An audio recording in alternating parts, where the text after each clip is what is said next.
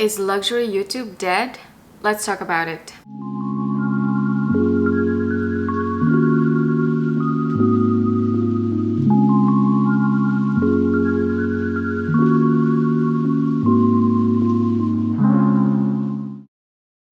Hello everyone, welcome back to my channel. If you're new to this channel, my name is Monique.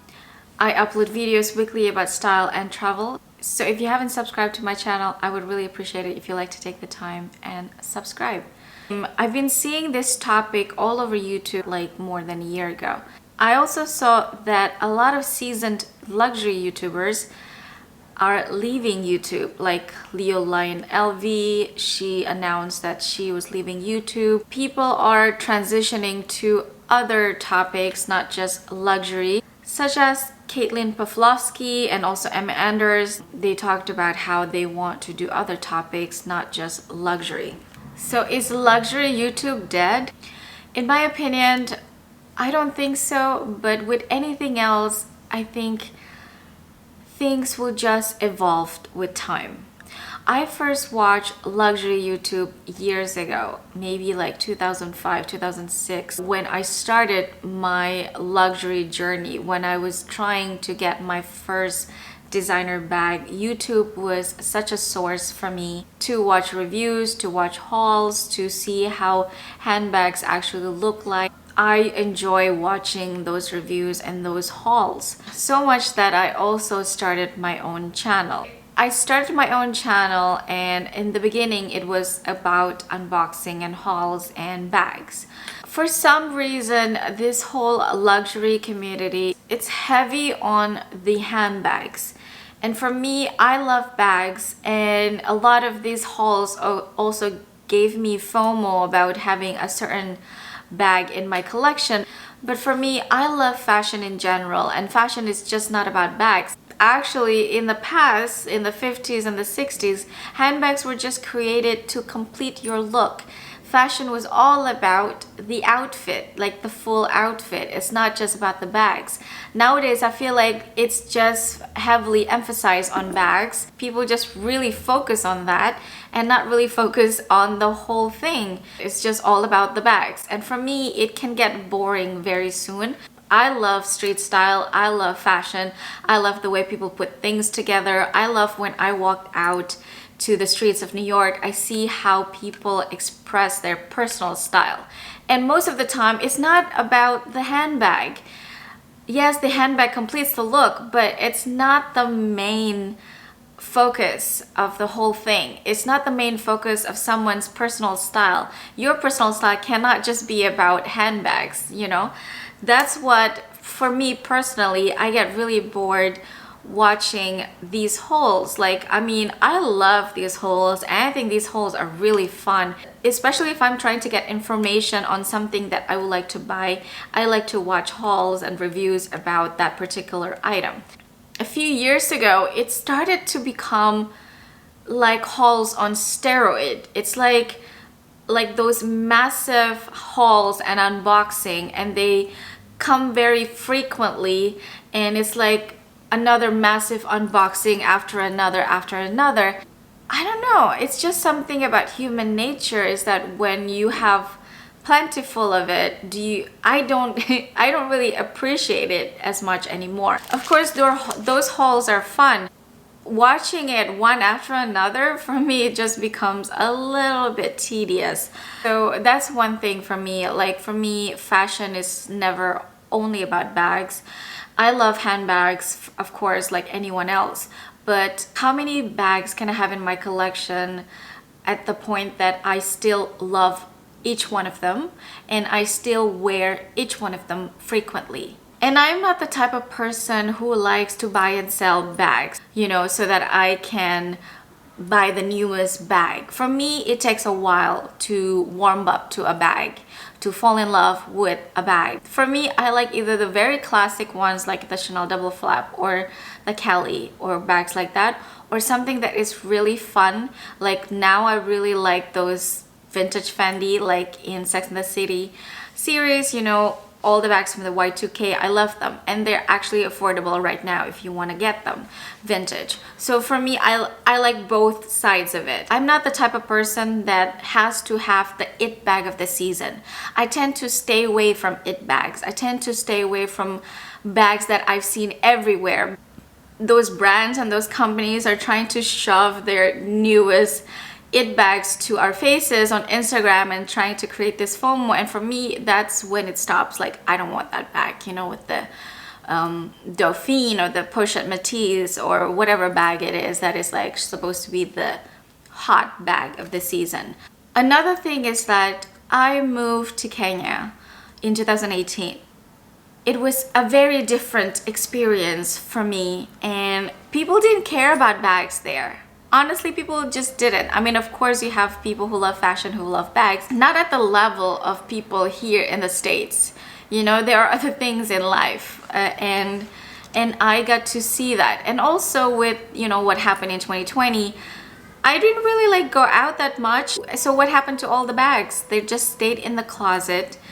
I didn't get to wear them because I wasn't going anywhere. Also, a lot of the bags that I have tend to be a little bit flashy, you know, with the Chanel logo and everything. It was just sometimes not wise or safe to carry those bags.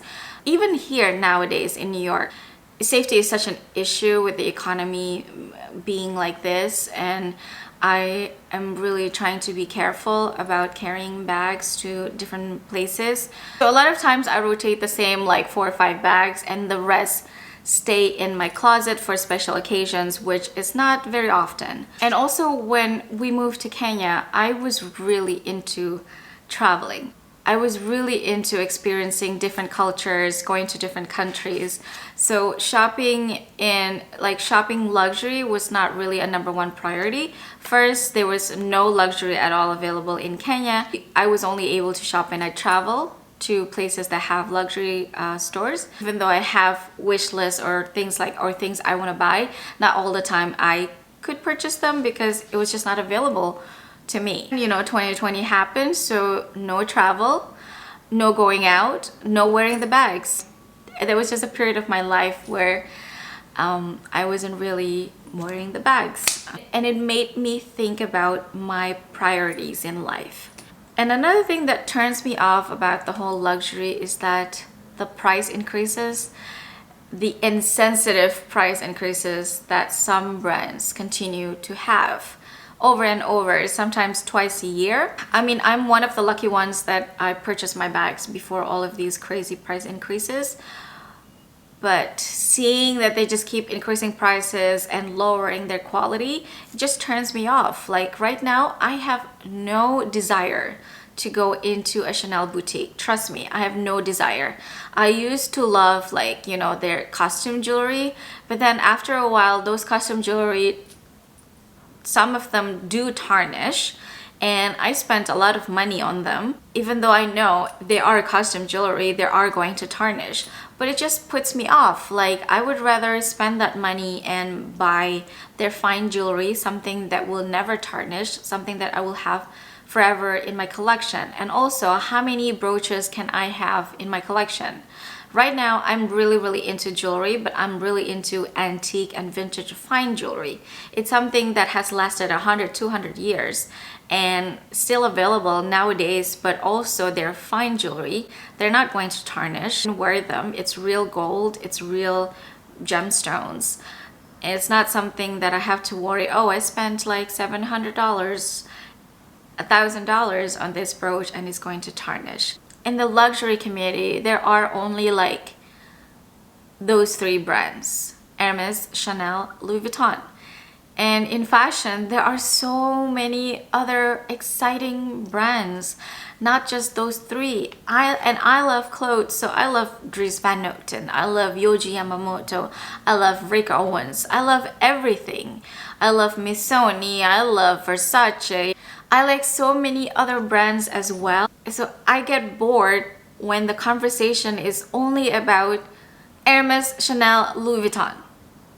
I mean, honestly, who doesn't want a Kelly bag? I definitely want a Kelly bag, but I just cannot dedicate my life running around an essay begging for a bag. That's why even though I'm in New York and we do have like 3 hermes stores here, I just don't have the energy or the motivation to go there, try to find an essay. You know, I did try, and I don't know if I wanted to take part in, you know, I want to take it slow. I don't want to stress myself over a handbag, but also at the same time, I don't want to purchase it from a reseller's market. That's why I love watching other channels like Mary's Room. She talks a lot about the row. She talks about a lot about like different brands of fashion, which I am interested in. I love Bliss Foster. I watch Bliss Foster a lot, and also Loic Prigent, but I watch his channel a lot also because he goes behind the scene of fashion. So it's really interesting. I also love Parisian vibes just because, you know, I love Parisian chic. If you see my channel, you see that it has kind of like transitioned into a different type of channel. I do a lot of vlogs, a lot of like New York vlogs, like street style. I do travel vlogs because it's something that I'm doing in my life. I'm not just out there shopping every week buying a new bag. I'm out there trying to experience different things, and it's something I want to share, whether or not people are interested. And it's something that I love to look back, you know, my old vlogs when I was traveling, when I was doing safari in Africa, when I went to Madagascar, when I was in Thailand for a month. It's something that I would like to share, but it's something that I also love watching my old vlogs because it's memory. For me, it's memory. And I think another thing that really affects the YouTube luxury community is, of course, TikTok. You know, with TikTok, there are a lot of luxury videos as well. TikTok videos are really short. So people are so used to of watching hauls and unboxing in like 30 seconds or less than a minute. So you really have to like be fast with it, get to the point and just show what you bought and do a quick review. I think a lot of people don't have the patience to watch a full 10-minute or 15-minute video unboxing something or reviewing a bag. So I would say TikTok definitely affects, you know, the people who used to watch like a long form videos. As you know, also YouTube has been encouraging people to make shorts. They're putting that in the algorithm. If you do shorts in your channel, you tend to attract new viewers. It's something that they've been pushing. So short form videos like TikToks and shorts are definitely one of the factors that affected the loss of viewership for long form videos. So as much as some people don't like doing short form videos, we really have to evolve depending on what the algorithm of the, you know, platform that we're using is. If this is something that they're pushing, it's worth exploring it. It's worth like maybe incorporating the things that you like in terms of topics and put it in a different format, like in the short form. So that's my 2 cents on the topic. It's just my opinion. I'm not here to judge anyone. This is just my observation and also my personal experience as someone who has a channel on YouTube. Let me know in the comment section down below your opinion. What do you think about the luxury community? Is it really dead? Where is it going? What's happening? I would love to know. I hope you enjoyed today's video. Thank you so much for watching, and I'll see you on my next one. Bye.